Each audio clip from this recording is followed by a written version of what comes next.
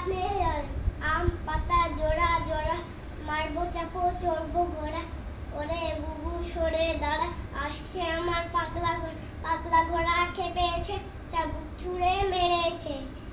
তো গাইস আপনার এই কথাটা ভালো লেগেছে কমেন্টে জানাই দিবেন। তো গাইস আপনাদের আমার নতুন পুতুল দেখেছেন, আমার একটা নতুন জামাও আছে, আমার একটা নতুন শাড়িও আছে। সেই শাড়িটা আমি সারাদিন পরতে চাই।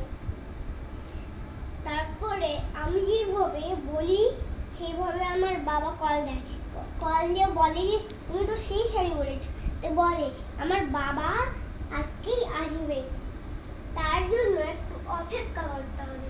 অপেক্ষা করলে আমার বাবা চলে আসবে। তাহলে আমি অনেকক্ষণ থাকলে আমার বাবা আসবে, তখন আমি ওয়েলকাম টু গাইড প্রজেক্ট করে যাব। তখন লিডা পুরা ওই পারে হবে, তো উঠতে পড়ে মাথা ভাঙবে। কিন্তু আমি জানি আপনারা ভালো আছেন। Tata, bye bye guys.